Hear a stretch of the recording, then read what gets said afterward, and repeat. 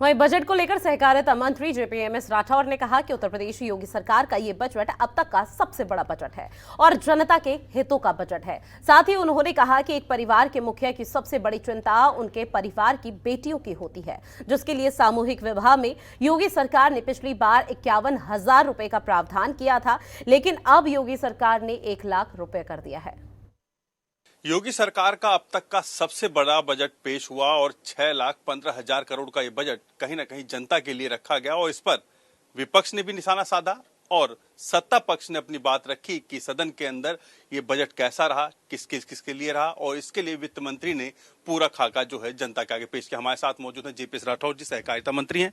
Sir, सरकार का जो है सबसे बड़ा बजट जो है अब तक का सबसे बड़ा बजट जनता के हित के लिए कैसे कारगर होगा, क्योंकि विपक्ष लगातार सवाल खड़े कर रहा है। ये जोरदार शानदार बजट है।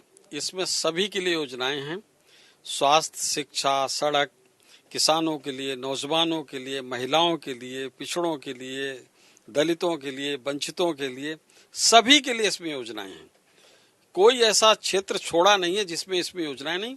6,15,000 करोड़ का बजट, ये बहुत बड़ा बजट है। जो हम कहते हैं कि 1 ट्रिलियन इकोनॉमी की तरफ हम बढ़ रहे हैं और निश्चित रूप से आगे आने वाले समय में इसी सरकार के कार्यकाल में हम उस लक्ष्य को भी हासिल करेंगे। और मुझको लगता है आज का ये जो बजट है वो मील का पत्थर साबित होगा, क्योंकि पिछले साल के बजट से भी बहुत ज़्यादा अमाउंट इसमें बढ़ाया गया है और कर संग्रह भी अच्छा हुआ है और किसी प्रकार की जनता का उत्पीड़न भी नहीं हुआ है, परेशानी भी नहीं हुई है।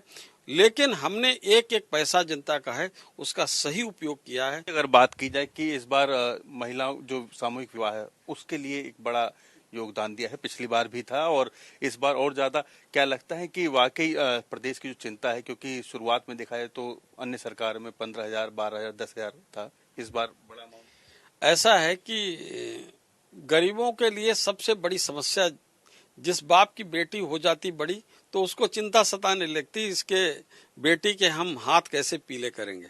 तो उसको लेकर पहले सरकारें देती थी 10,000, 11,000, उसके बाद फिर धीरे धीरे बढ़ते 21,000 हुआ।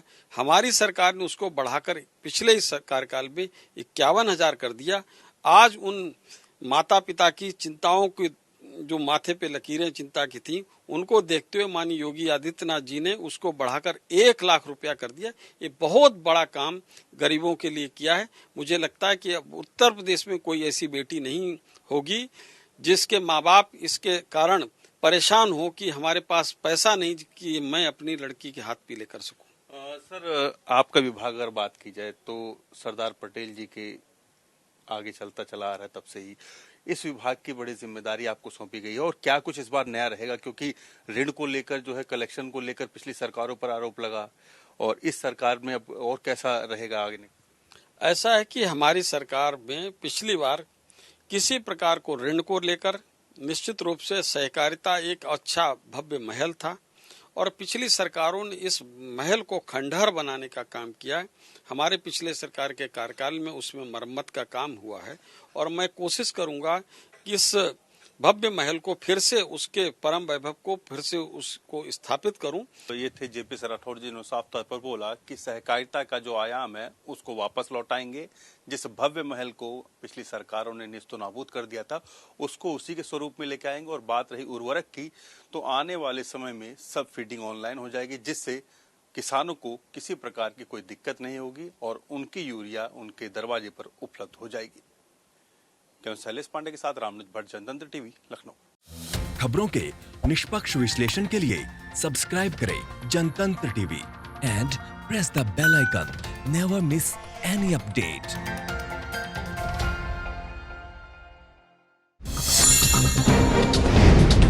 डाउनलोड कीजिए जनतंत्र टीवी ऐप को, जो कि अवेलेबल है गूगल प्ले और ऐप स्टोर पर। अधिक जानकारी के लिए अभी डाउनलोड करें।